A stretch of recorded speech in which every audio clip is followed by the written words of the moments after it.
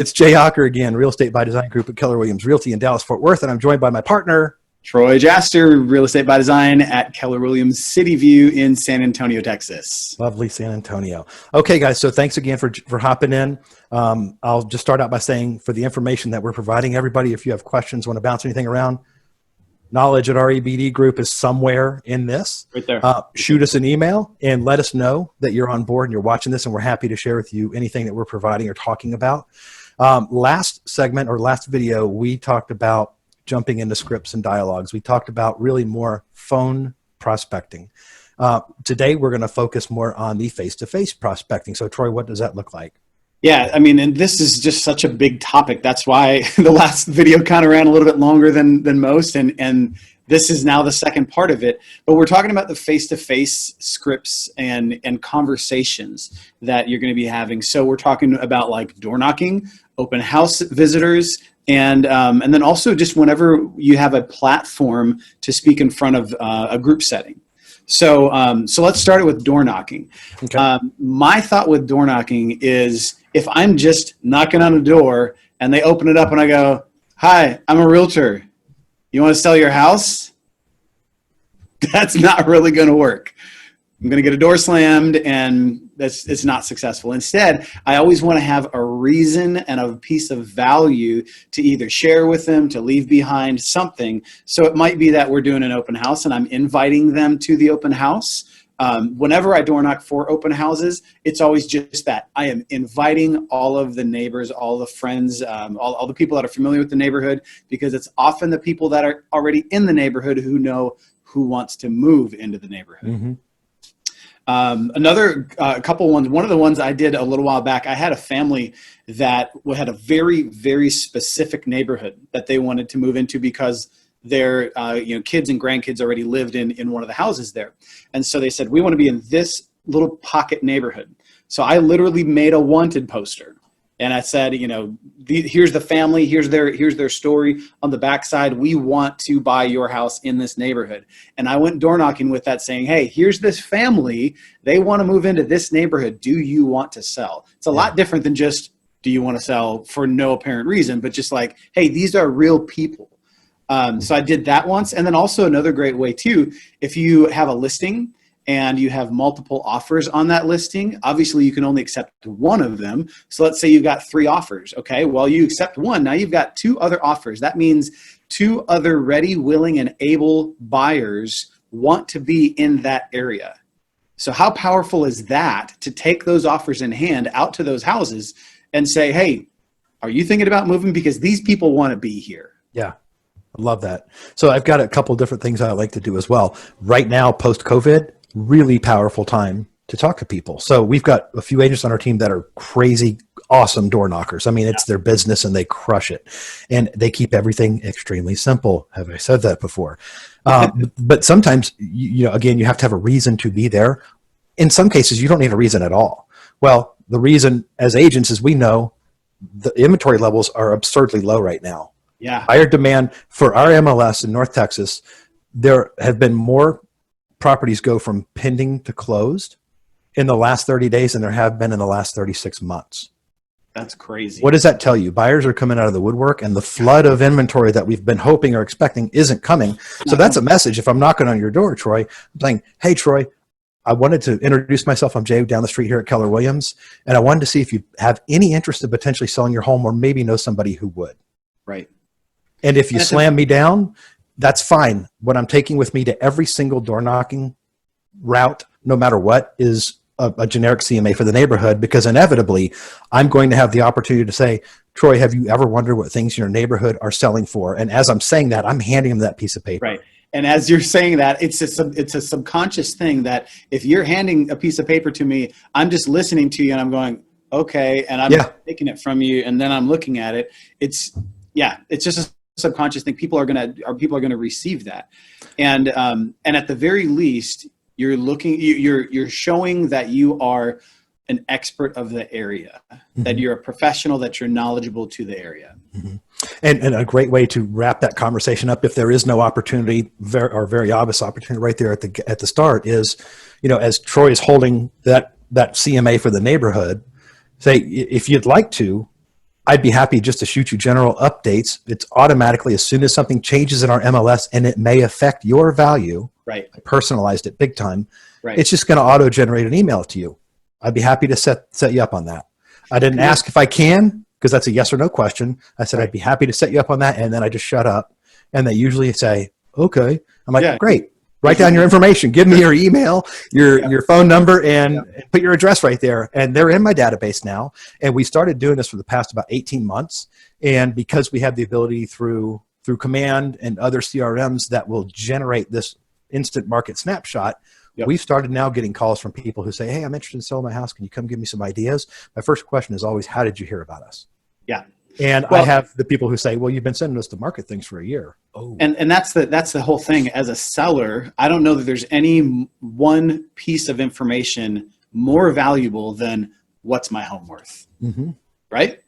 That's what every seller wants to know, because it could be I have no intention of moving. And then you show them the numbers, you go, wait, what? I could sell for that much? Okay. Yeah. Well, there's this other dream neighborhood that we've always wanted to be in. And then now you're walking down that road. Yep. Okay. Well, let's jump off of the. Yeah. Okay. So now let's pretend we've had the door knock discussion, and the next thing that maybe we're door knocking for the open house. Mm-hmm. So what are some of the tips, Jay, for when you as the agent are hosting the open house, I walk in the door? It's all about scripts. You've already got the face-to-face contact, which is what you're really striving for in any situation. Even if you start that out on the phone, you want to get face-to-face because you build rapport faster. Troy just walked into my open house and I'm staring at this guy's eyes. Sounded really creepy, but I'm looking at him face-to-face. And what does the normal agent say when they're sitting in an open house and somebody walks in? Their script usually sounds like, oh, hey, my name's Jay. Pre-COVID, we'd shake hands. It's great to meet you. If you wouldn't mind, sign in on my sign-up sheet, have a cookie, grab a bottle of water, walk around. If you have any questions, let me know. Yep. And then the next words you hear spoken to you from those people are, thank you, bye. Thanks, see you later. As they're on the way out the door. Yeah. So I learned this really cool script, and I'll credit Ben Kenny. I'm not sure it started with Ben, but this is where I heard it. And you can use it for any lead type. But when somebody walks into an open house now, hey, thanks so much for coming by. My name's Jay. I would love for you guys to have a look around. Let me ask you, what brought you here? Are you curious about what your house might be worth, or are you potentially interested in buying this home? Again, I'm not asking yes or no, and I'm immediately going straight to the meat of that potential conversation. Right. It goes back to the question in the previous episode where we were talking about web leads, and you're not saying, hey, just let me know if I can help, but instead you're going, let's go see that house. Can you do it this afternoon, or can you do it tomorrow? It's that same concept where now you're saying, hey, most people that come to open houses either are neighbors that are curious and want to know the value of their house, or just curious what their neighbor's house looks like, or they're actually in the market. Which one are you?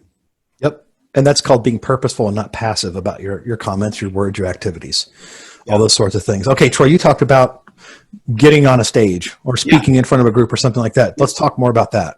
Yeah, so that's one of the things that's kind of like a pillar of my lead generation. Is I actually do quite a bit of public speaking, presentations. I used to be a middle school teacher, so I tend to do a lot of presentation style events or just things like that. And so one of the big, I'll use a great example. My wife is an elementary teacher.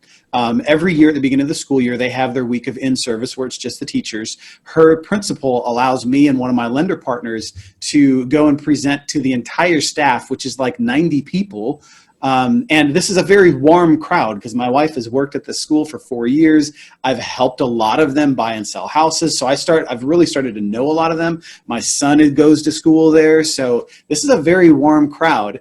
And I know, because I put myself into their position, that in-service week to teachers is an absolute goldmine of a week for them to get things done. They don't want to be having to waste their time. So my whole goal during that time is to be very grateful for what they're doing, to make sure that they know who I am if we haven't met before, obviously, to be very quick because I know how precious that time is, and then just to give a very broad idea of the market. So like what we could say right now, if it's today, June of 2020, we could say, hey, if you're a buyer right now, it is an amazing time to buy because interest rates are historically low. If you are a seller, it's an amazing time to sell because there's really limited inventory and stuff is getting scooped up really fast. If you're just going to sit, right where you are, and that's perfectly fine, then let's look at a couple money saving tips. You can be protesting your property taxes, possibly get a little discount on your property taxes.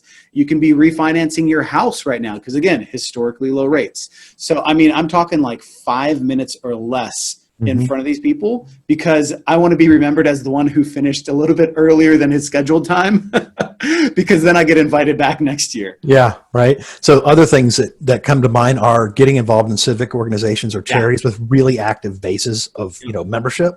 And then something that I love to do and do several times throughout the year is I will call small credit unions or banks to say, are you guys ever doing any buyer workshops?